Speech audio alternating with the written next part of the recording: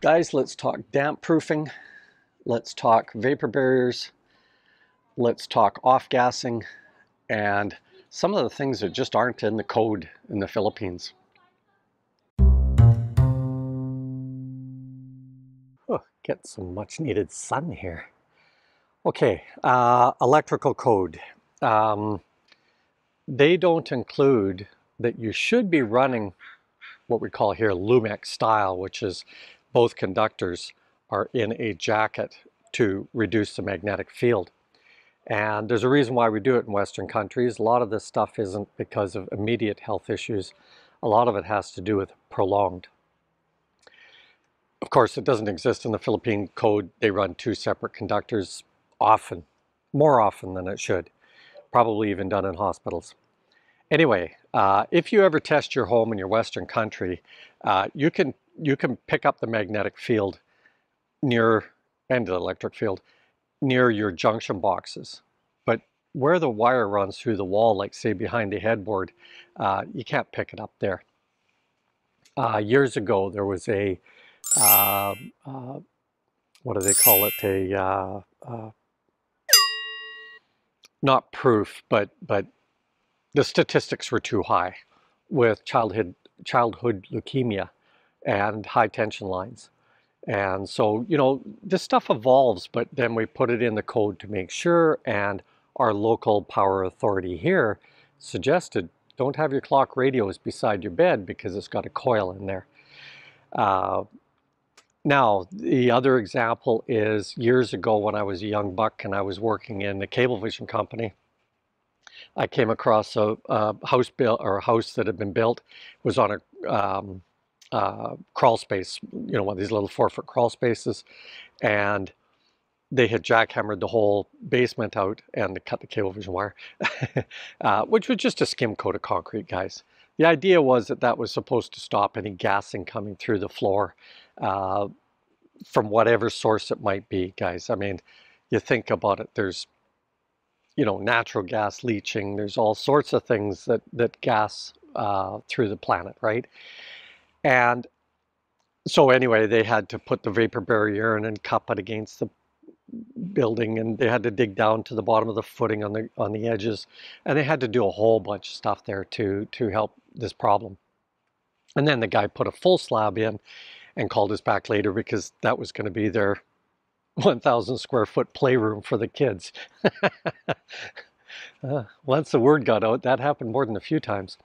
Okay, and then the other one was in Coquitlam, where they ended up putting a industrial site, but it's more of a big box store style, you know, furniture and that type of thing, where they put the whole thing on floating slabs so that there was no cupping and potential from gases coming up from plastics breaking down and whatever stuff people put in their garbage, right? They had pillars going down to support the slab that went below the frost line, but again, floating slabs, so it wasn't going to cup any of that. So that gets me onto our build. Now, been talking back and forth a fair amount with one of the subscribers, and let me start with the footing. Now, in the Western country, you would go below grade, wherever you poured the concrete, you'd put a rubber membrane, and these days you go to way more extensive levels. But, you know, in a frost-based country, you could easily be thawed up against your house and frozen 6 inches away, depending on how warm you kept your basement. So again, that concrete is all protected, okay? And then above ground, you know, we do the Tyvek on the outside of the house, and we do plastic on the inside of the house. But then we also put that vapor barrier down below to prevent any gassing from coming up. Now, I use the term off-gassing, but it's not like off-gassing where, you remember years ago, our mattresses, when they started using foams and stuff, there was off-gassing.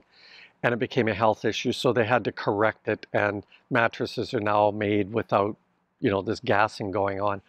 They can stink still, but there's no, they evaporate quickly, I guess. Anyway, carpet was another thing. It's a plastic, it slowly off gases, and again, we keep our houses pretty sealed, especially in the winter months, right? These are all about prolonged things that can get after your health. But none of that stuff exists in the Philippines.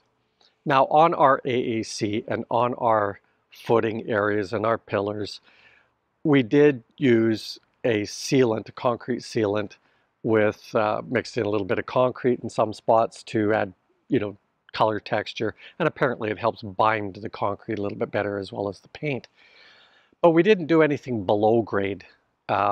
We extended our skim coat below the grade for all of the hollow block, so that it did not have exposure to wetness.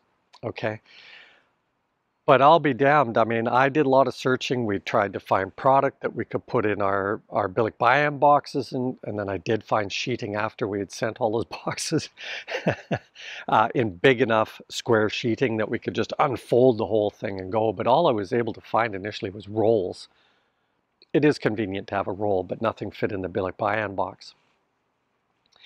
I suppose we could have checked it and taken it with us. But in our particular case, we are on what they call anapogue. There's no real vegetation matter below it or anything. As you saw, our black soil was only about that thick. And we were harvesting that anyway to use in other places.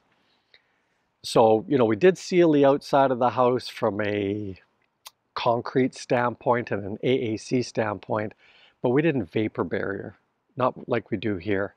And so some of these things that you might expect to be in the code, they just aren't there, guys. Just like what goes between the posties and the tie beams and the upper beam, you can put whatever you want in there. But there are a lot of things that we do think about from the West when we go there, because we've seen this in our homes being built or our neighbors or whatever. Oh, anyway, camera hiccuped. We might like to find them there. There being the Philippines. Sorry, I'm in Canada now. But even Lazada, Shopee, there was one number that we got to phone Manila. We tried there. There's a lot of things that you just cannot get in the Philippines, and that's why we take advantage of the Bilic Biam system. We shipped a lot of stuff. We got that idea mainly from Texas Filipino, where he shipped a lot of stuff there. There are other things that you can get by with, like he was citing a 2-point epoxy to put his rebar into the concrete. I don't know, as long as you fill the cavity with an adhesive of some type, if it wants to release, it's going to release anyway. But I did like the idea of drilling into the concrete just to get it piloted, and then go down at an angle, bend your rebar, put it in, and then it goes across and acts as a little bit of an anchor. Now, if it's severe enough, okay, now I'm going to get rained on, it won't matter. It'll just pop the concrete right out of the pillar. Okay, I'm going to get undercover. Later, Gators.